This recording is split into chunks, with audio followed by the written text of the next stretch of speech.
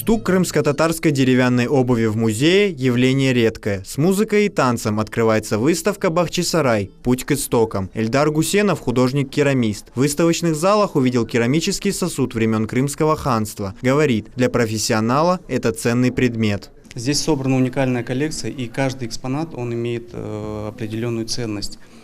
Для меня, как для керамиста, очень большое внимание я уделяю керамике, представленной здесь, вышивке. Ну и в принципе всему, что представлено. Есть очень много интересных экспонатов, которые я вижу впервые. В основу выставки легли предметы старины из коллекции Абдуль-Вахаба Сейдхалилова. Ему 21 год, учится в медуниверситете, путешествует по миру и общается с представителями крымско-татарской диаспоры. Говорит, цель выставки – погрузиться в быт и прочувствовать колорит крымско-татарской культуры. Сейчас мы можем увидеть выставку, в которой человек, посетитель, попадет в Бахчисарай начала 20 века. Не сегодняшний, утерявший былую самобытность, а настоящий крымско-татарский Бахчисарай, где, можно сказать, каждый камешек является свидетелем его и триумфа, и трагедий. Прогуляться по бахчисарайскому рынку, увидеть 3 этапа жизни человека – от рождения до ухода в мир иной, зайти в комнаты крымско-татарского дома.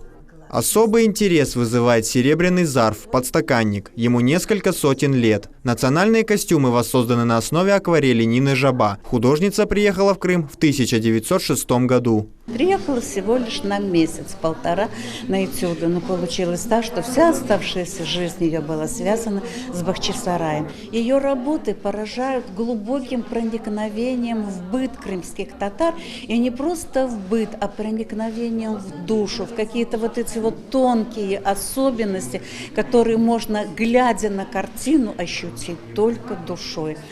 Совместная выставка Крымско-татарского музея с Абдуль-Вахабом Сейдхалиловым продлится до мая. Некоторые экспонаты планируют показать и в Москве. Дауд Чахалов, Эльмас Аблакимова и Дмитрий Низовой, телеканал Миллет.